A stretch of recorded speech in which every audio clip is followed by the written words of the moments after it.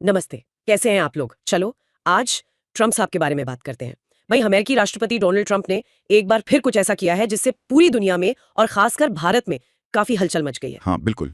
भारत से आने वाले कई सामानों पर टैरिफ यानी वो जो आयात शुल्क होता है, अचानक से बढ़ा दिया गया है। हम्म, और ये कोई छोटा मोटा कदम नहीं है, ये काफी बड़ा फैसला लगता है। तो आज हम इसी मसले की गहराई में उतरेंगे, जरूर। समझेंगे कि ये हुआ क्या है, क्यों हुआ है, भारत पर इसका क्या असर पड़ रहा है, और सबसे बड़ा सवाल, आगे क्या होगा। हाँ, ये जानना बहुत जरूरी है। क्या ये सिर्फ कोई चुनावी स्टंट है, या दबाव बनाने की चाल, या फिर ये भारत अमेरिका रिश्तों में और वैश्विक व्यापार में किसी बड़े बदलाव का संकेत है? कई संभावनाएं हैं। आइए इसे परत दर परत खोल के देखते हैं। तो सबसे पहले एकदम सीधी बात, हुआ क्या है? हाँ, बिल्कुल बेसिक से शुरू करते हैं। अमेरिकी राष्ट्रपति डोनाल्ड ट्रंप ने एक झटके में भारत से आने वाले कई तरह के सामानों पर आयात शुल्क को बढ़ाकर सीधा 50% कर दिया है। 50%, ये बहुत ज्यादा है। 50%। और ये कोई धमकी नहीं है, 27 अगस्त 2025 से ये लागू भी हो गया है, मतलब आज से। हाँ, आज से लागू है। ये समझना जरूरी है कि ये इजाफा कितना बड़ा है। पहले से ही इन प्रोडक्ट्स पर 25% टैरिफ लगा हुआ था, जो खुद ही कम नहीं था। हाँ बिल्कुल। अब उस पर और 25% जोड़ दिया गया है, यानी कुल मिलाकर 50%। डबल हो गया सीधा सीधा। सोचिए, जो सामान पहले अमेरिका में $100 का पड़ता था, अब उस पर $50 का सिर्फ टैक्स लगेगा। ये दुनिया में अमेरिका द्वारा किसी देश पर लगाए गए सबसे ऊंचे टैरिफ रेट्स में से एक है। हाँ, ये बात सही है। मतलब बहुत आक्रामक कदम है ये। मतलब सीधा सीधा भारतीय सामान को अमेरिकी बाजार में बहुत महंगा कर दिया गया है। बिल्कुल। और ये जो बढ़ोतरी हुई है, इसको जो आधिकारिक कारण बताया जा रहा है वो है भारत का रूस से तेल खरीदना। अच्छा, तेल खरीदना। हाँ, अमेरिकी प्रशासन का तर्क है कि भारत के इस कदम से यूक्रेन के खिलाफ युद्ध लड़ रहे रूस को अप्रत्यक्ष रूप से आर्थिक मदद मिल रही है।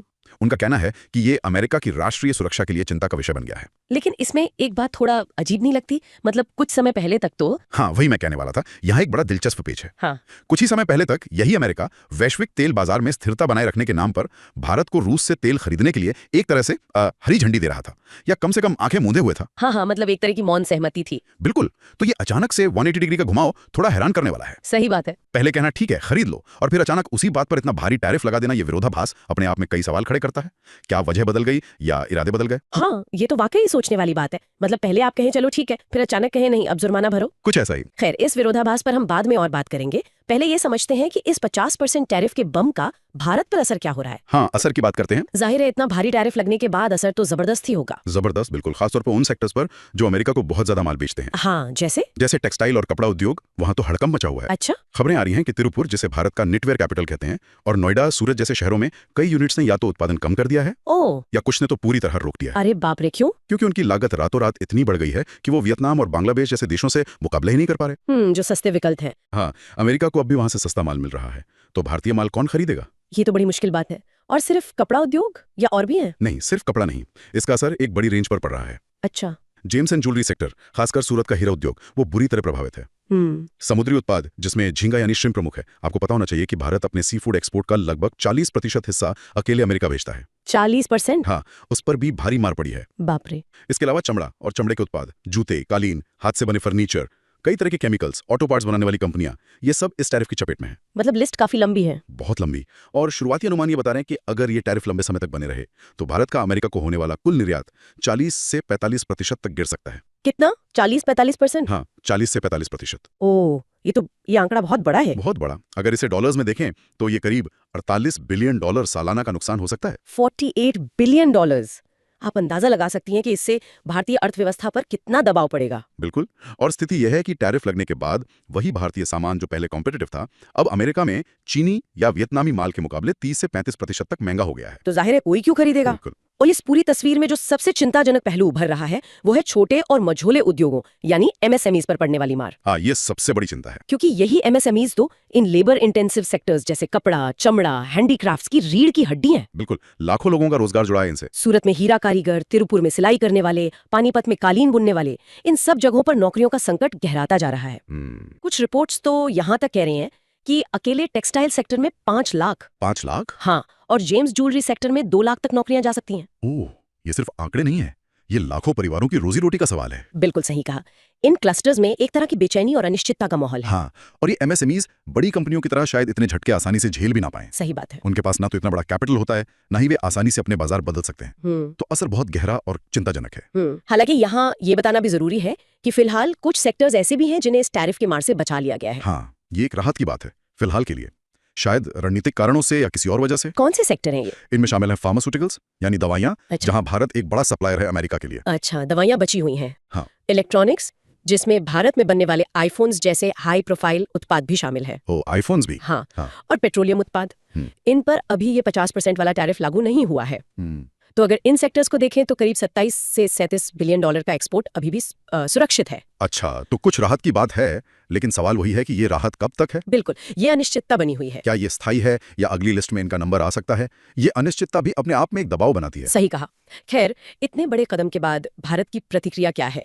जाहिर है भारत सरकार और उद्योग जगत चुप तो नहीं बैठे होंगे। बिल्कुल नहीं। भारत सरकार ने इन टैरिफ्स को सिरे से खारिज किया है। इन्हें अनुचित, एक तरफा और अतार्किक बताया गया है। हाँ, ये तो उम्मीद थी। प्रधानमंत्री मोदी ने एक बार फिर आत्मनिर्भर भारत और मेड इन इंडिया अभियान पर जोर दिया है। अच्छा। हाल ही में स्वतंत्रता दिवस पर लाल किले से दिए गए भाषण में उन्होंने स्वदेशी अपनाने का आह्वान किया और ये भी कहा कि बाहरी दबाव कितना भी क्यों ना बढ़े, देश उसे झेलेगा, लेकिन अपने किसानों और छोटे व्यापारियों का नुकसान नहीं होने दिया जाएगा। एक पॉलिटिकल मैसेजिंग भी है। हाँ, ये एक तरह से राजनीतिक और भावनात्मक स्तर पर जवाब देने की कोशिश है। और आर्थिक मोर्चे पर क्या हो रहा है? क्या सरकार या इंडस्ट्री की तरफ से कोई ठोस कदम उठाए जा रहे हैं या सिर्फ बातें हैं? नहीं, कदम भी उठाए जा रहे हैं या विचाराधीन है। आर्थिक मोर्चे पर कई स्तरों पर काम चल रहा है। जैसे? एक तरफ सरकार घरेलू खपत यानी डोमेस्टिक कंजम्पशन को बढ़ाने के उपायों पर विचार कर रही है, ताकि एक्सपोर्ट कम हो तो देश में मांग रहे। बिल्कुल। इसमें टैक्स में कटौती एक विकल्प हो सकता है, जैसे जीएसटी की दरों को और सरल बनाना या इनकम टैक्स स्लैब्स में कुछ राहत देना। दूसरी तरफ जो एक्सपोर्टर्स सीधे तौर पर प्रभावित हुए हैं, उनकी तरफ से भी मांगे उठ रही हैं। हाँ, उनकी क्या मांगे हैं? वो चाहते हैं कि सरकार उन्हें ब्याज में छूट दे, वर्किंग कैपिटल के लिए आसान शर्तों पर कर्ज मुहैया कराए और मौजूदा लोन को चुकाने के लिए कुछ और समय यानी मोरेटोरियम दिया जाए। अच्छा, तो इन पर सरकार विचार कर रही है। हाँ, इन पर विचार चल रहा है। और क्या कोई लंबी अवधि की रणनीति भी बन रही है? क्योंकि सिर्फ तात्कालिक उपायों से तो शायद बात ना बने। बिल्कुल, और शायद सबसे महत्वपूर्ण रणनीति यही है, बाजारों का विविधीकरण, मार्केट डाइवर्सिफिकेशन। मतलब अमेरिका पर निर्भरता कम करना। हाँ, बिल्कुल। ये सोच नई नहीं है, लेकिन इन टैरिफ्स ने इसे और तेज कर दिया है।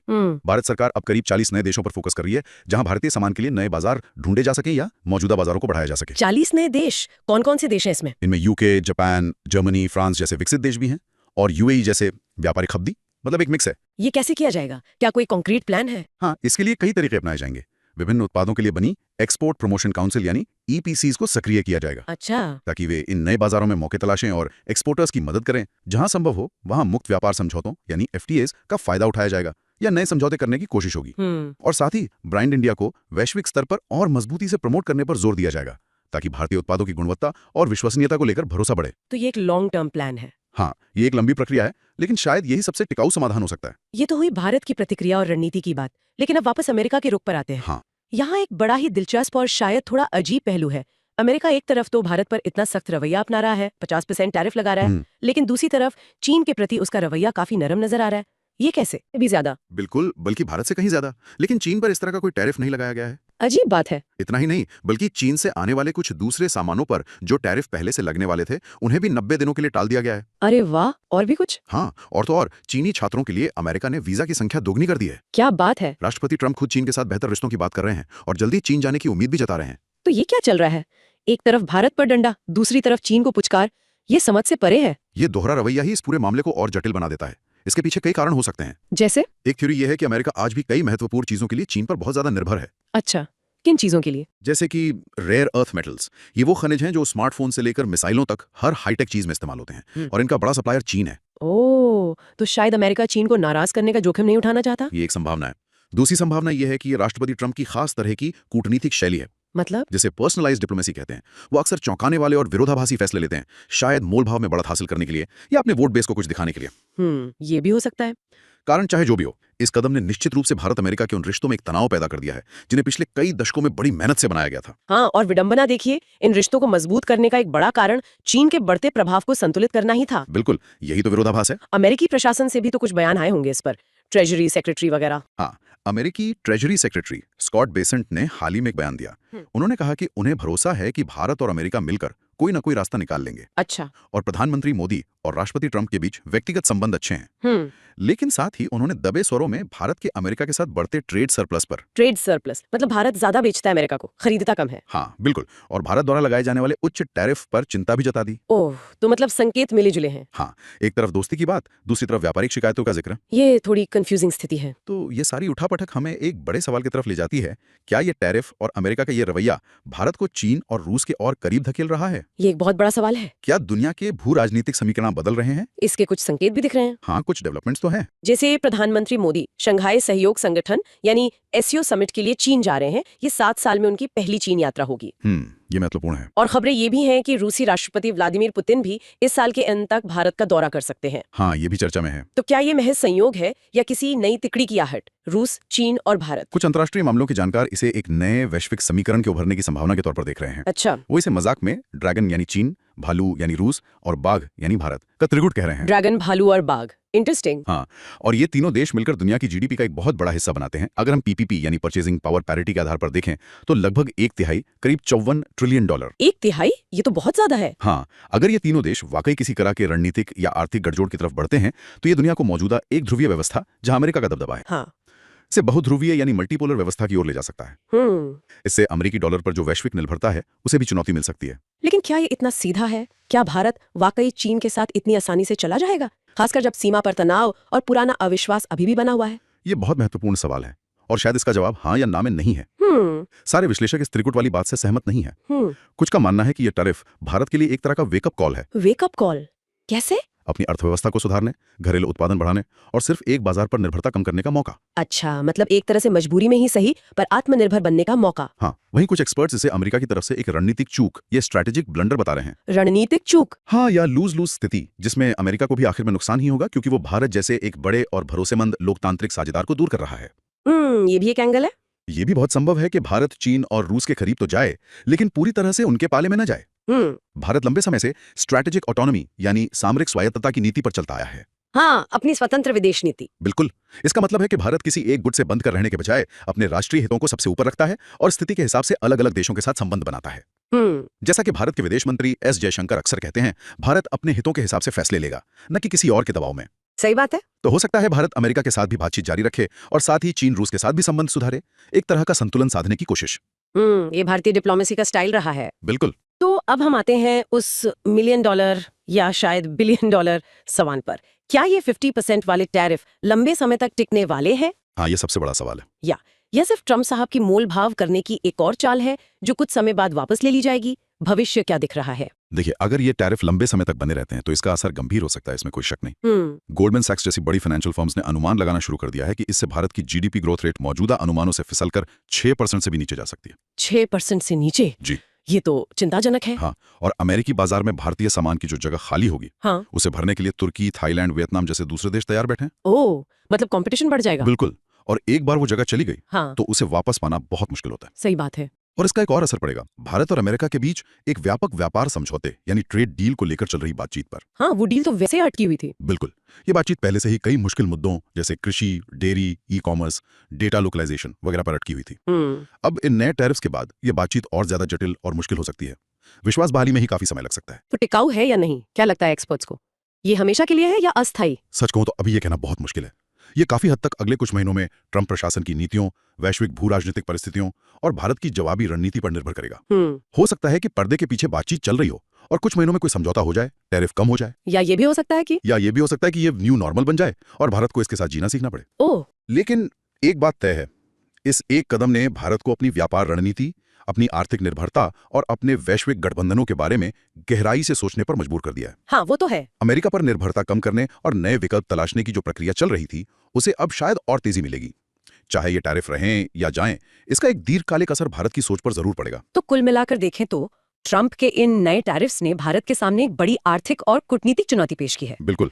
नौकरियां जाने का खतरा है, एक्सपोर्ट गिरने का डर है और दशकों पुराने रिश्तों में तनाव आया है। हाँ, चुनौतियां बहुत हैं। लेकिन जैसा अक्सर कहा जाता है, हर चुनौती अपने साथ कुछ अवसर भी लेकर आती है। ये भी सही है। ये टैरिफ्स भारत को नए बाजार तलाशने, घरेलू इंडस्ट्री को मजबूत करने, आत्मनिर्भर भारत और दुनिया में अपनी एक स्वतंत्र पहचान बनाने के लिए शायद और प्रेरित करे। हो सकता है, ये एक संभावना है। ये देखना वाकई दिलचस्प होगा कि आने वाले महीनों और सालों में भारत इस मुश्किल पहेली को कैसे सुलझाता है। हाँ, नजर रखनी होगी। क्या वो अमेरिका के साथ रिश्ते सुधार पाएगा? क्या वो नए बाजारों में अपनी जगह बना पाएगा? और क्या वैश्विक मंच पर शक्ति संतुलन वाकई बदल रहा है? ये कुछ ऐसे सवाल हैं जिनके जवाब भविष्य के गर्भ में हैं। बिल्कुल। और यहाँ आपके लिए एक सवाल छोड़ जाते हैं जिस पर आप सोच सकते हैं, लंबे समय में ये टैरिफ भारत के लिए क्या साबित होंगे? अच्छा सवाल है। आपके पास 2 ऑप्शन है।